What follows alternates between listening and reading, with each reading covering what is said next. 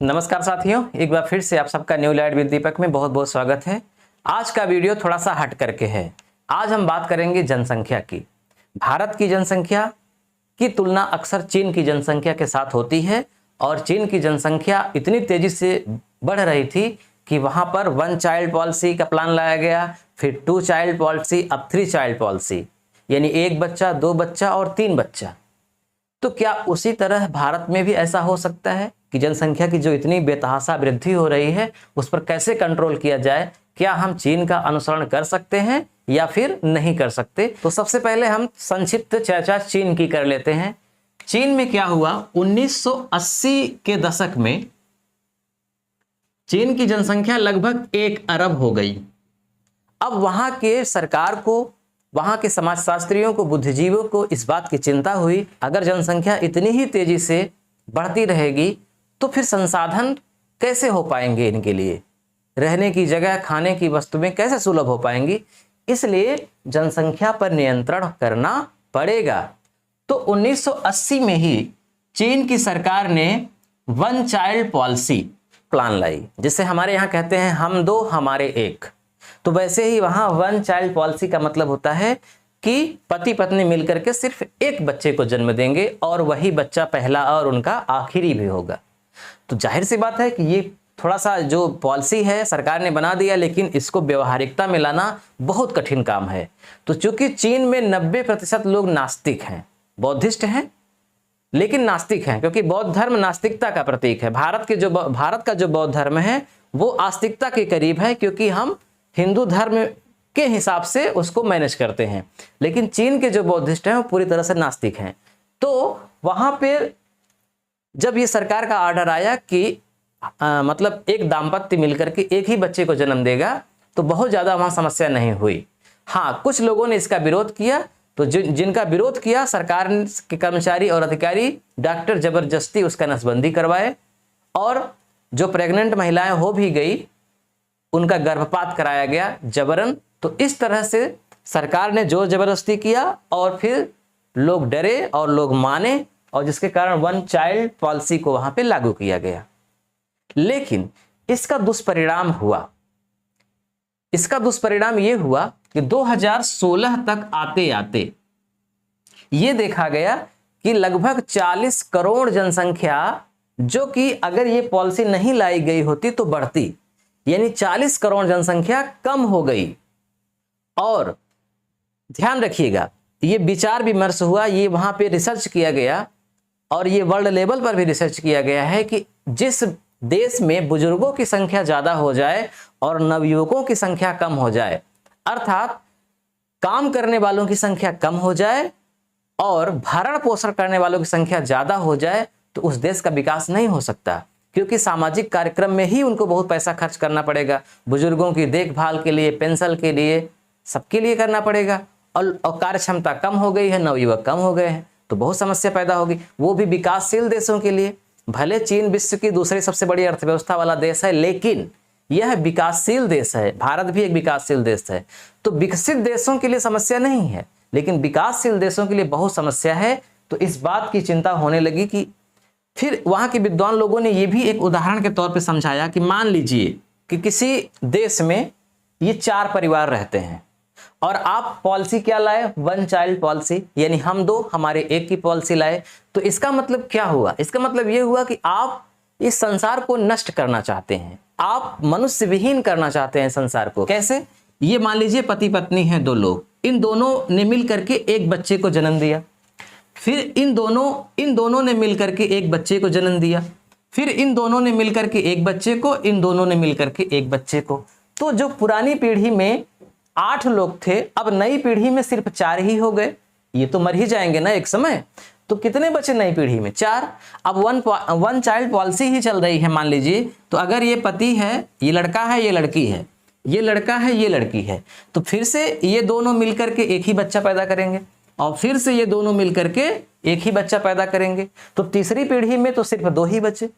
और अब अगली पीढ़ी में क्या होगा? मान लीजिए ये पति पत्नी बन जाएं, तो अगली पीढ़ी में तो सिर्फ अब एक ही होगा, या तो लड़का होगा या तो लड़की। तो अब इसके बाद क्या होगा?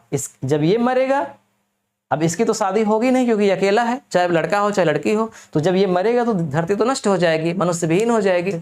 तो इसलिए वन चाइल्ड पॉलिसी को रोक करके फिर चीन की सरकार ने 2016 में टू चाइल्ड पॉलिसी लाई। टू चाइल्ड पॉलिसी यानी कि 2 लड़का। और फिर ये 2021 यानी अभी तक चला, 2021 तक। तो इसमें भी खामियां निकली। दरअसल इस पर भी जब विचार विमर्श हुआ तो यहां भी यही बात समझ में आई कि अरे अगर आप टू चाइल्ड पॉलिसी भी लाते हैं तब भी ये दुनिया एक दिन समाप्त हो जाएगी। कैसे? देखिए, जैसे मान लीजिए ये 4 परिवार हैं, यानी कि कुल 8 लोग हैं। अब इन लोगों ने 2-2 बच्चे को जन्म दिया क्योंकि टू चाइल्ड पॉलिसी का प्लान है। तो पुरानी पीढ़ी में 8 लोग, नई पीढ़ी में 8 लोग हुए। देखने में तो लग रहा है कि न जनसंख्या कम हो रही है न जनसंख्या बढ़ रही है, लेकिन दरअसल जनसंख्या कम हो रही है। कैसे? ये तो मान लीजिए चले गए, लेकिन जो नए 8 लोग पैदा हुए हैं इसकी गारंटी नहीं है कि वो नए लोग पूरी लाइफ जिएंगे। हो सकता है कुछ लोग बीमारी से मर जाएं, कुछ लोग एक्सीडेंट में मर जाएं, किसी कारण से कुछ लोग तो मरेंगे ही ना। तो अगर 10% भी लोग मरते हैं तो मान लीजिए कि 8 में एक व्यक्ति मर गया तो 7 ही तो बचे। और फिर से जब ये 2-2 बच्चों को जन्म देंगे तो फिर से कुछ खत्म होंगे। तो इस तरह से इस सिस्टम से भी एक समय मनुष्य की संख्या खत्म हो जाएगी। तो ये दोनों पॉलिसियों को ठीक नहीं माना गया और इसके लिए भी कहा गया कि हाँ ये कुछ समय के लिए प्रासंगिक हैं लेकिन हमेशा के लिए प्रासंगिक नहीं है। तो 2021 में फिर से संशोधन किया गया और अब की बार इसे 3 चाइल्ड पॉलिसी का नाम दिया गया। यानी कि अभी 2021 में लेटेस्ट ही चीन की सरकार ने यह घोषणा की है कि हमारे देश का नागरिक अब 3 बच्चे पैदा कर सकता है। अगर वो एक ही पैदा करना चाहता है कोई दिक्कत नहीं, 2 करना चाहता है कोई दिक्कत नहीं, लेकिन 3 भी करना चाहे तो भी कोई दिक्कत नहीं। हाँ, चौथा नहीं कर सकता। जैसे यहां पे दूसरा नहीं कर सकता था, यहां पे तीसरा नहीं कर सकता था, अब ऐसे यहां पे चौथा नहीं कर सकता।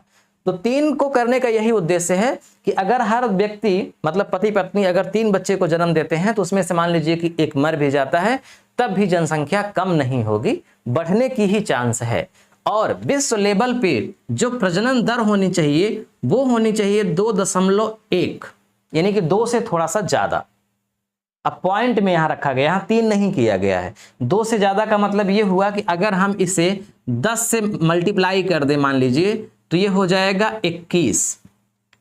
इसका मतलब कि 2 × इसका मतलब ये हुआ कि यहां पे 10 पत्नी और 10 पुरुष यानी 20 लोग मिलकर के 21 बच्चे को जन्म दे रहे हैं। अगर ये सिस्टम फॉलो होता है, ये नियम लागू होता है तो जनसंख्या न बढ़ेगी और न ही घटेगी, बल्कि जितनी पहले है उसके हिसाब से चलती रहेगी। क्योंकि जब 20 बच्चे को जन्म दिए तो हो सकता है एक खत्म हो जाए, तब भी तो 20 रहेंगे ना।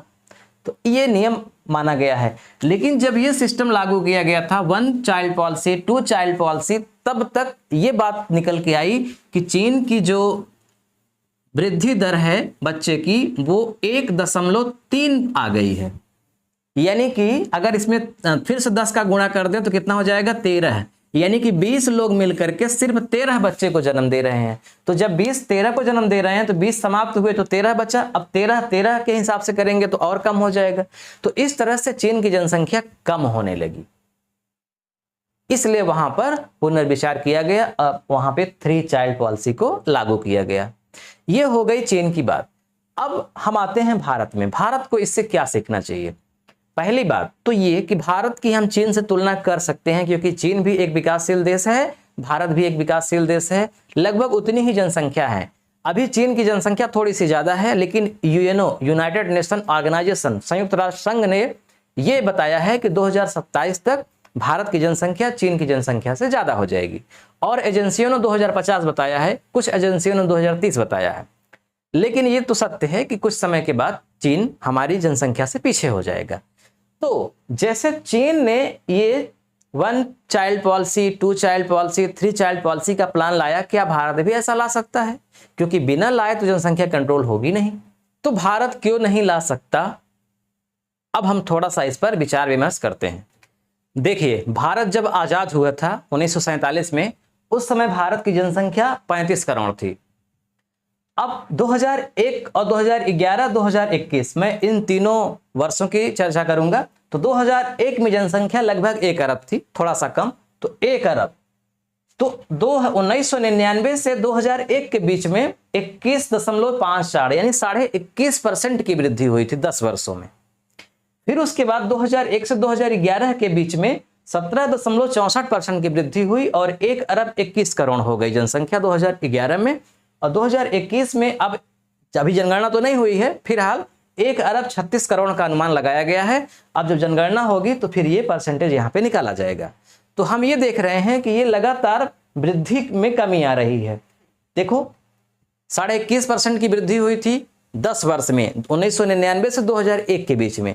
फिर उसके बाद 2001 से 2011 के बीच में कम वृद्धि हुई, 17.5% ही वृद्धि हुई, और इस बार इससे भी कम का अनुमान है।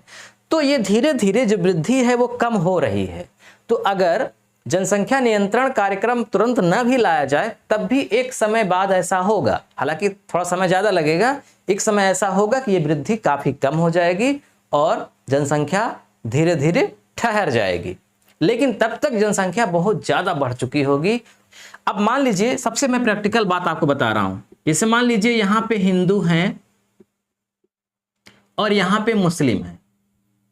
समझिए ध्यान से, यहाँ पे 10 परिवार हिंदू हैं और 50 परिवार यहाँ पे मुस्लिम हैं। और मान लीजिए ये एक ही गांव की बात है। एक दूसरा गांव है,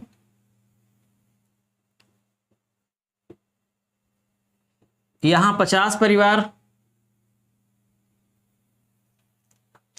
ये गांव है ए और ये गांव है बी। ध्यान समझिएगा, गांव ए में हिंदुओं की संख्या 10 है, मुस्लिमों की संख्या 50 है। बी में हिंदुओं की संख्या 50 है, मुस्लिमों की संख्या 10 है। अब यहां पर हिंदुओं को लग रहा है कि हमारी संख्या मुस्लिमों से कम है, इसलिए न यहां पे हमारी सरकार बन पाएगी, न हमारी कोई बात सरकार में सुनी जाएगी, इसलिए हमको जनसंख्या बढ़ानी चाहिए। तो ये ऑटोमेटिक इनके दिमाग में ये बात रहेगी कि हम भी उनके बराबर या उनसे ज्यादा हो जाएं।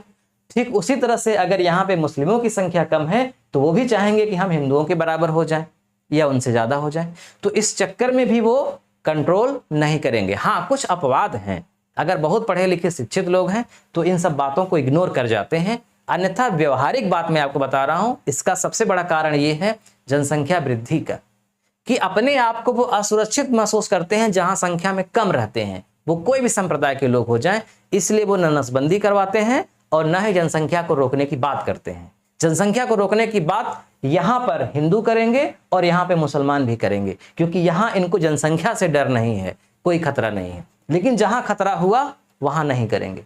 तो जनसंख्या बढ़ने का यह सबसे बड़ा कारण है। दूसरा, कि कोई भी सरकार कभी इस पर कोई न प्लान लाई और न ही कार्य किया। जब चुनाव लड़ते हैं तो जो घोषणा पत्र होती है, तो किसी भी सरकार की इतनी भी हिम्मत नहीं है कि घोषणा पत्र में ही लिख दे कि मैं जनसंख्या पर नियंत्रण करूंगा, जनसंख्या नियंत्रण के लिए कार्यक्रम लाऊंगा, इतनी भी हिम्मत नहीं है। इसका कारण क्या है मैं आपको समझाता हूं। 25 जून 1975 को जब आपातकाल लगा, प्रधानमंत्री थी इंदिरा गांधी, यह वर्ष बहुत चर्चित है। तो जब आपातकाल लगा तो उस समय सब कुछ ठप्प हो गया, सब कुछ मतलब लोगों के जितने भी अधिकार थे लगभग सब छीन लिए गए। अंतर्राष्ट्रीय स्तर पर दबाव था इंदिरा गांधी पर कि आप भी, जैसे विकसित देशों में जनसंख्या नियंत्रण कार्यक्रम चल रहा है, ऐसे ही आप भी अपने यहाँ चालू करिए, क्योंकि आपकी जनसंख्या की वृद्धि दर पूरे विश्व में लगभग सबसे ज्यादा है आंकड़े के अनुसार, इसलिए आपको लाना चाहिए। तो यही मौका था सबसे अच्छा। तो इन्होंने अपने पुत्र संजय गांधी, छोटे पुत्र थे संजय गांधी को चुना और संजय गांधी को इसका प्रभारी बनाया गया जनसंख्या नियंत्रण कार्यक्रम का, यानी पूरी जिम्मेदारी संजय गांधी को दे दी गई।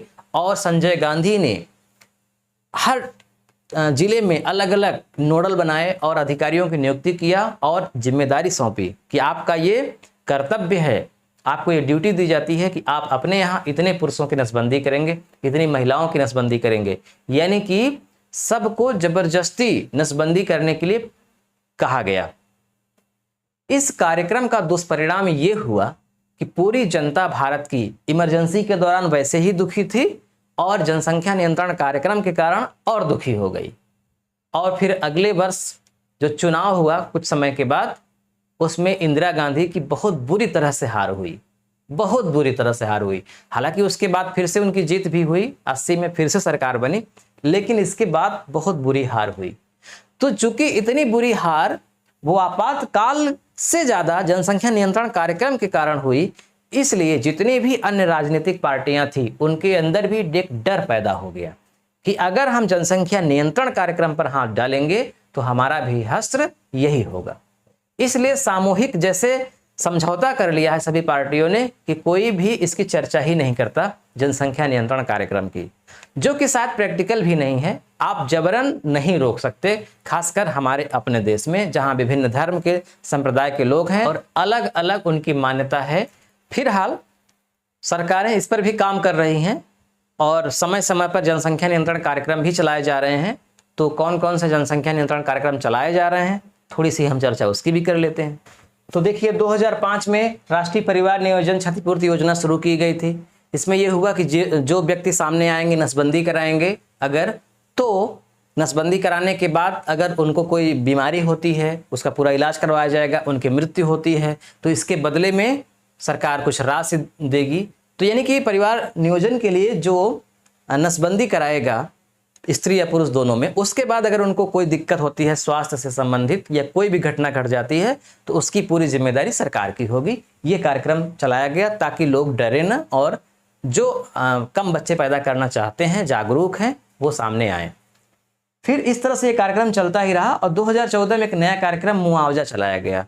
मुआवजा का मतलब ये हुआ कि अगर कोई व्यक्ति या महिला जब नसबंदी करवाती है तो अगर वो कार्य करती है, मान लीजिए कहीं भी ड्यूटी करती है, मेहनत मजदूरी करती है, तो जाहिर सी बात है कि कुछ समय के लिए उसका काम रुक जाएगा, तो उस दौरान पूरा उसको पारिश्रमिक दिया जाएगा प्लस सहयोग राशि दी जाएगी अलग से। यानी उसको इस बात का भी न डर रहे कि अगर हम नसबंदी कराएंगे तो हमारा परिवार कैसे चलेगा क्योंकि हम कुछ दिनों के लिए बेरोजगार हो जाएंगे, तो ऐसा उनके मन में डर न रहे। तो मुआवजा कार्यक्रम 2014 में चलाया गया। 2017 में मिशन परिवार विकास चलाया गया कि परिवार का विकास में पूरा सरकार योगदान करेगी, किसी प्रकार का कोई तकलीफ नहीं होगा। फिर 2019 में अभी कोई प्लान तो नहीं चलाया गया, लेकिन 15 अगस्त को स्वतंत्रता दिवस के मौके पर लाल किले से ही प्रधानमंत्री नरेंद्र मोदी ने यह घोषणा किया कि जो कम बच्चे पैदा करेंगे वो वास्तव में देश के लिए सहयोग कर रहे हैं, वो वास्तव में देशभक्त हैं, सबसे बड़े राष्ट्र प्रेमी हैं। तो अगर आप बच्चे पैदा कम करते हैं, छोटा परिवार है, तो इसके भी जरिए आप देश की सेवा कर रहे हैं, ऐसा उन्होंने अपील किया। तो कहने का मतलब कि डायरेक्ट, अभी जिस तरह से चीन की योजना थी कि डायरेक्ट जनसंख्या पर नियंत्रण, वैसी भारत सरकार ने कोई भी योजना नहीं चलाई है। सिर्फ अगर आज कोई व्यक्ति नसबंदी करा रहा है तो वह अपनी स्वेच्छा से करा रहा है, अपनी मर्जी से करा रहा है और अपनी जागरूकता का प्रतीक है, उसको जोर जबरदस्ती से नहीं करवाया जा रहा है। तो कुल मिला के हम निष्कर्ष अगर निकालें तो निष्कर्ष ये निकलता है कि चीन और भारत में काफी भिन्नता है धर्म के आधार पर भी। तो जिस तरह से चीन में हो सकता है उस तरह से भारत में तो नहीं हो सकता। हाँ, भारत की शिक्षा दर को बढ़ाया जाए, साक्षरता को बढ़ाया जाए, लोगों को जागरूक किया जाए, लोगों को ये आभास कराया जाए कि जब आपका परिवार बड़ा होगा, आपके ज़्यादा बच्चे होंगे तो क्या क्या समस्याएं झेलनी पड़ेंगी और कम होंगे तो क्या क्या फायदे होंगे, और सरकार भी उनको अधिक प्रोत्साहित करे जो कम बच्चे पैदा करती है। भारत में विभिन्न प्रकार के जो एनजीओ चलते हैं, समाज सेवी संस्थाएं चलती हैं, जो जागरूक व्यक्ति हैं, उनको भी आगे आना चाहिए और लोगों को मोटिवेट करना चाहिए, बताना चाहिए कि आपका अगर 5 बेटा हो गया और वो पांचों मान लीजिए मजदूर हो गए, कम पढ़े लिखे, उनको सही से उनकी परवरिश नहीं हुई, वो मजदूरी कर रहे हैं, दर दर भटक रहे हैं, तो 5 बेटे मजदूरी करें, इससे अच्छा है कि एक ही बेटा हो लेकिन वो कलेक्टर बने, डॉक्टर बने, इंजीनियर बने, वैज्ञानिक बने, है ना। तो उन 5 से ये बढ़ करके होगा, 5 से ये एक व्यक्ति ही भारी होगा। तो कम ही हो लेकिन जो हो उनकी हम अच्छे से परवरिश कर सकें। और लोग बड़े लोगों की नकल करते हैं तो बड़े लोगों की ही नकल करें। मुकेश अंबानी को ही ले लें कि भारत के सबसे अमीर व्यक्ति हैं लेकिन उनके सिर्फ 2 बेटा और 1 बेटी है। और जहां पर जनसंख्या कम की बात हुई, अल्पसंख्यक और बहुसंख्यक की, तो वहां पर तो पूरी नाकामी सरकार की है। अगर कोई भी अल्पसंख्यक को ये लगता है कि हम संख्या में कम हैं इसलिए असुरक्षित हैं, तो ये पूरी विफलता सरकार की है। यहाँ पर सरकार का प्रशासन जिम्मेदार है कि उनको ऐसा सोचने पर मजबूर क्यों होना पड़ रहा है। ठीक है, आप भी अपने सुझाव हमारे कमेंट बॉक्स में दीजिएगा। मिलते हैं नेक्स्ट वीडियो में, तब तक के लिए नमस्कार।